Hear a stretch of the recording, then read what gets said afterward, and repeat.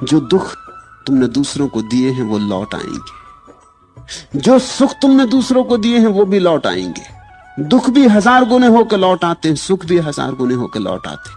इसलिए बुद्ध कहते हैं दूसरा सूत्र याद रखना, सुख बन सके तो दे देना, अगर सुख न दे सको तो कम से कम दुख मत देना। दूसरों को दुख मत देना, अपना सुख ऐसा बनाना कि तुम पर ही निर्भर हो, दूसरे के दुख पर निर्भर ना हो। फर्क समझो, एक आदमी धन के इकट्ठे करने में सुख लेता है, निश्चित ही ये कई लोगों का धन छीनेगा। बिना धन छीने धन आएगा भी कहां से? धन बहुत बहुलता से है भी नहीं, न्यून है।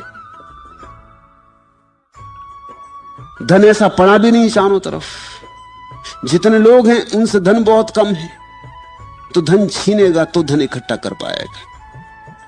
ये आदमी दूसरों को दुख दिए बिना धनी ना हो सकेगा।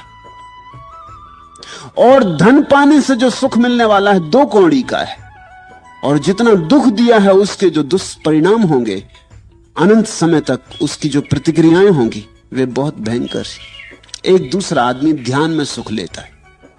ध्यान और धन में यही खूबी, ध्यान जब तुम करते हो तो तुम किसी का ध्यान नहीं छीनते, तुम्हारा ध्यान बढ़ता जाता है, किसी का ध्यान छीनता नहीं।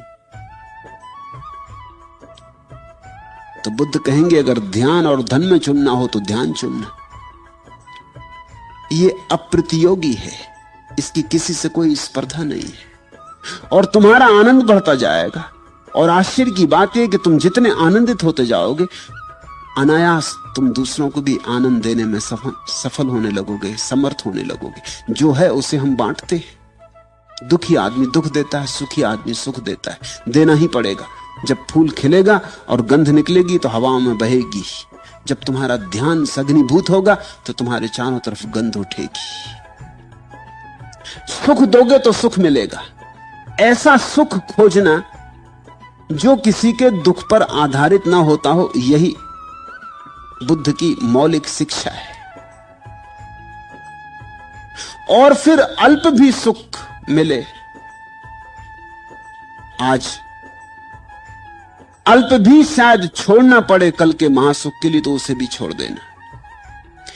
अल्प मिले तो अल्प ले लेना, अल्प छोड़ना पड़े तो छोड़ देना, मगर एक ख्याल रखना, जीवन का पूरा विस्तार ख्याल रखना। चीजें एक दूसरे से संयुक्त हैं। अंतिम परिणाम क्या होगा उस पर ध्यान रहे, और ऐसा सुख कमाना जो तुम्हारा अपना हो, जिसके लिए दूसरे को दुखी नहीं करना पड़ता। अब एक आदमी को राजनेता बनना है तो उसे दूसरों को दुखी करना होगा। अब इंदिरा और मुरारजी दोनों साथ साथ सुखी नहीं हो सकते, इसका कोई उपाय नहीं। कोई ना कोई दुखी होगा। तो बुद्ध कहते हैं ऐसी दिशा में मत जाना जहां किसी को बिना दुखी किए तुम सुखी हो ही ना सको। 1000 और उपाय हैं जीवन में आनंदित होने के।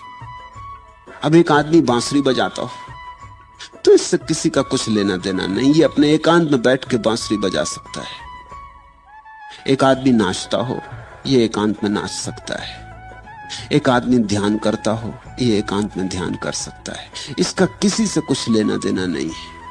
ऐसे सुख खोजना जो निजी है, और ऐसे बहुत सुख हैं जो निजी हैं। वस्तुतः वे ही सुख है, क्योंकि दूसरे को दुख के कैसे सुखी होगे, कैसे सुखी हो सकते हो? पूरे वक्त पीड़ा भीतर बनी रहेगी कि दूसरे को दुख दिया है। बदला आता होगा, प्रतिकार होकर रहेगा, दूसरा भी क्षमा तो नहीं कर देगा। इसलिए बुद्ध कहते हैं वैर चक्र पैदा हो जाता है, विशियस सर्कल पैदा हो जाता है, दुष्ट चक्र पैदा हो जाता है। तुम दूसरे को दुख देते हो, दूसरा तुम्हें दुख देने को आतुर हो जाता है। फिर इस श्रृंखला का कहीं कोई अंत नहीं।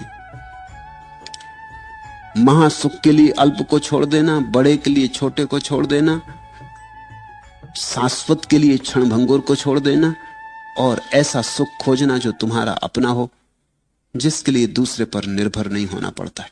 तब तुम स्वतंत्र हो गए। यही मुक्त जीवन की आधारशिला है।